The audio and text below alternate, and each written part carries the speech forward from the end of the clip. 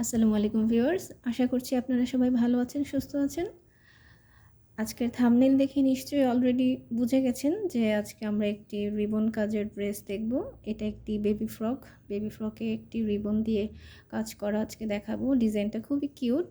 এখানে কি বলে এটাকে, গাঢ় ল্যাভেন্ডার কালার এবং ইয়েলো কালারের রিবন দিয়ে আমরা ফুলটা করব। তো ঠিক আছে, চলুন কথা না বাড়িয়ে আমরা আমাদের কাজ শুরু করি। আমরা এই ছোট ফুলটা করার জন্য হলুদ রঙের রিবন নিয়েছি, দেখতেই পাচ্ছেন। এখন এটা দিয়ে আমরা এই যে ফুলটা করে নেব, খুবই সহজ। জাস্ট রিবনের উপর দিয়ে সুইটা এভাবে ঘুরিয়ে ফুলটা আমরা করে নিব। বড় ফুলটাও সেম নিয়মেই এখানে করেছি। তো একটা ফুল দেখলে আপনারা আরেকটা ফুল কিভাবে করতে হবে সেটা এমনিতেই বুঝে যাবেন। রিবন কাজ করার সময় আমরা যেটা সবসময় বলে থাকি যে এটা খুব বেশি টানাটানি করা যাবে না, তাহলে কাপড়টা কুঁচকে যাবে, আপনার কাপড়টা বা কাজটা নিখুঁত দেখাবে না, ফিনিশিং ভালো আসবে না। তো রিবনের কাজটা করার সময় আমাদের একটু কেয়ারফুলিভাবে রিবনটা টেনে তুলতে হবে যেন কাপড়টা কুঁচকে না যায়। আর তার জন্য এভাবে সুইটা এভাবে ঘোরালেই কিন্তু আমাদের দেখুন ফুটটা এভাবে কাপড় থেকে উপরে চলে আসছে।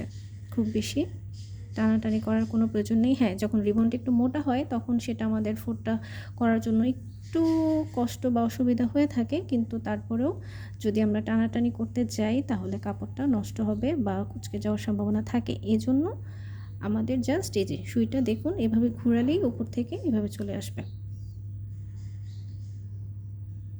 রিবন কাজের সময় শুধু এতটুকু একটু খেয়াল রাখলেই আমাদের কাজের ফিনিশিং খুব ভালো থাকবে এবং কাজটা দেখতেও ভালো লাগবে। আর রিবন কাজের জিনিসটা ইদানিং খুব বেশি জনপ্রিয়তা পেয়েছে এজন্যে, কারণ কাজটা দেখতে খুব রিয়েলিস্টিক লাগে, ফুলগুলো দেখতে খুব ভালো লাগে, দেখতে মনে হয় যে একদম আসল বা সত্যিকারের ফুলগুলো কাপড়ে বসে আছে, দেখতে খুবই কিউট লাগে। তো এইভাবে আমরা সবগুলো পাপড়ি এভাবে দিয়ে নিব।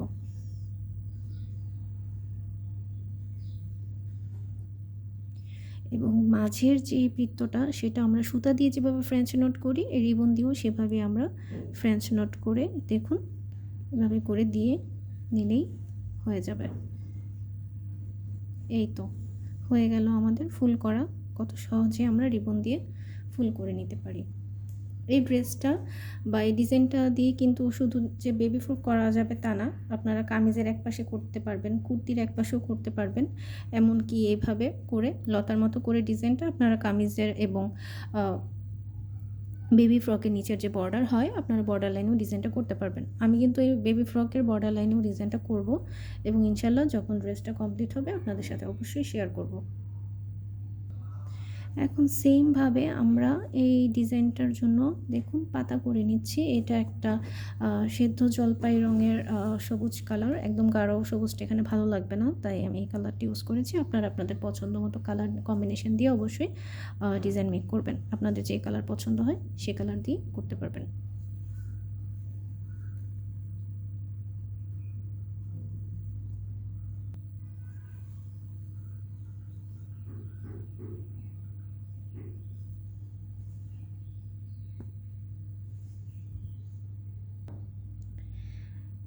এখন দেখুন এখানে আমরা লাচ্ছি সুতা দিয়ে ডালপালার কাজটা করে নিব।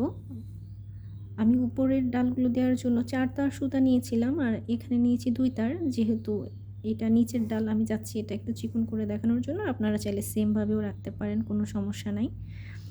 এখন সুতার ডালটা যখন করব তখন আমরা রিবনগুলো একটু স্টিচ করে নিব সাইড থেকে, যেহেতু বেবি ফ্রকের কাজ তাই সাইড থেকে সুতাটা যদি আমরা স্টিচ করে নিই তাহলে সেলাইটা একটু বেশি সিকিউর হবে। বড়দের ড্রেসে সাধারণত না করলেও হয়, কারণ বাচ্চা কাচ্চারা ড্রেস পরবে, একটু ড্রেসের উপরে বুঝে নিত টানাটানি তো হয়ই আর কি, তাই আর কি আমরা এটা করে নিচ্ছি শুধুমাত্র ড্রেসটার সেলাইটা একটু ভালো মজবুত হওয়ার জন্য এবং সিকিউর করার জন্য। এটা আপনারা চাইলে নাও করতে পারেন, স্কিপ করতে পারেন, কোনো সমস্যা নেই। তবে আমি আমার বেবি ফ্রকগুলোকে একটু সেলাইটাকে একটু বেশি সিকিউর করার জন্য এই কাজটা করে থাকি। ডাল যখন দিই তখন আবার রিবনটাও আমি এইভাবে সুতা দিয়ে আটকিয়ে দিই। খুব বেশি সময় লাগবে না, বা লাগে না।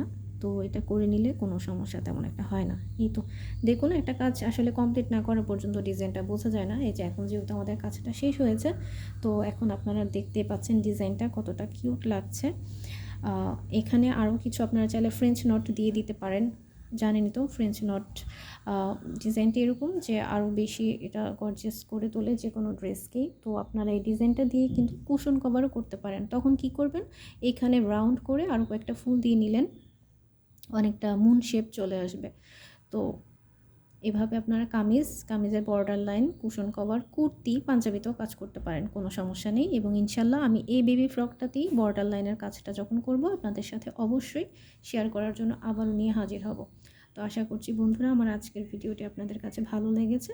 যদি ভালো লেগে থাকে দিন একটা লাইক এবং সাবস্ক্রাইব করে পাশে থাকুন, এবং বেল আইকনটি ক্লিক করতে ভুলবেন না, যেন আমার সব ভিডিওর আপডেট সবার আগে আপনাদের কাছে পৌঁছে যায়। ঠিক আছে, আজকের মতো এখানেই বিদায় নিচ্ছি। ভালো থাকবেন সবাই এবং আমার সাথেই থাকবেন। আল্লাহ হাফেজ।